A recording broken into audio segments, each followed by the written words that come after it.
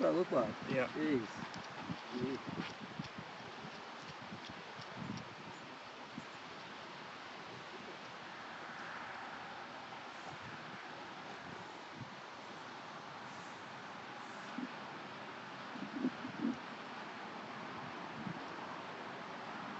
So yeah, just looking at this, running looks like it's just easy, like it's a walk in the park, like how good's this? And I think again, you do have a little bit of sort of natural energy into the ground, probably more so on the way back, we can see that. Just first thing here is we just see how low your arms sit, okay? So back there, and then coming through, we get them up to there, which is alright, but it's all very much below, around the waist, okay? So we will actually do it later as well, but if we track your cadence when you run, it's quite low, okay? So yeah, I've noticed that just in my watch and stuff. Yeah. What is your cadence? For a long run, probably 165. Yeah. I don't know. I just always hear about 180 being the optimal sort of number. Yeah. So 180. It's not a one size fits all. Yeah, of course. But really, for you, I think you've got the ability with your technique to get it up towards there. Yeah. But really, it's like you're just stuck in sort of slow motion a little bit, and you like the feel of running and just sort of popping from side to side. There's no real rush. But really, with your arms down low like that, it's a little bit like hanging on the outside of a Hills hoist clothesline. Yeah, right. Okay, so the lower your arms are, the longer it takes for them to get from one side to the other. Right. Whereas if you think about being in the middle of the Hills hoist, your arms are just sort of pumping a little bit more like that. So if you can keep your arms up and almost just like try and put some lockout points in them, where you're not going to go down past there, then you're gonna bring it up to there, and that's your cadence. If you shorten that length there, your legs are going to have to follow suit. So all of a sudden we're not just hanging out on that side, and it's just cool. And like in elbows, they're a bit wider than I sort of thought was kind of a backwards one. I think just again we will go through that, but just by sort of tucking them up a little bit more, it's going to be better off. Let's just come back. I just want to come back to this. So that's the first immediate thing to you is just say let's make you work a little bit more for your running.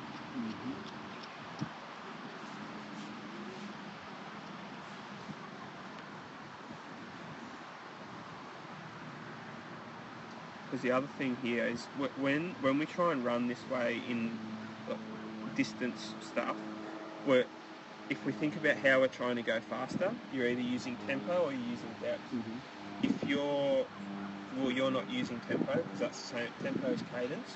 So if you've got a low cadence, that means we need a lot of depth, which is a lot of force into the ground, and that's going to be the first thing to go in an endurance thing. Your muscles are just going to start to tie up and go, I don't want to hit the ground that hard anymore. And if you lose that, you've got nothing left because you don't have that tempo shell there. Okay, so that's where a good day for you is going to be probably really good, but a bad day is going to be really bad. Okay.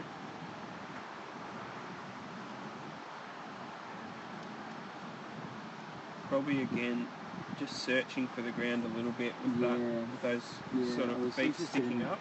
No. They do. I don't know, because that was me as well. Yeah, How do you fix that? I think it's. I'll often think about just being as relaxed as possible through my lower leg. Yeah. And when you're running, just think about having absolutely no tension in your leg. So if you were just to hold your leg up, it would almost blow in the wind. Yeah. Okay. Rather than holding, because I think it's a deliberate. You're holding tension. You're holding tension in your foot, going when's the impact coming, and the more tension you hold in your foot, the more the impact's going to hurt you. Yeah. Okay. And the less you'll actually get out of it. So I think it's just you've got these muscles, these sort of lower leg muscles switched on to keep that foot up through that phase. Whereas if you let them go, the foot will just be a little bit more natural. Yeah. So yeah, we've sort of got touch on with the heel, touch off. We almost want it to be the other way around. I'm not going to tell sort of heel strikers to be forefoot landers, but you just want to think about having probably less of your footprint on the ground every time. If we're putting your whole sole on the ground every time you step, we're just spending more time than we need to on the ground. It's not to say we're going to tiptoe, but we just want to be really clean on the ground, and that's an important thing to think about. Okay, and then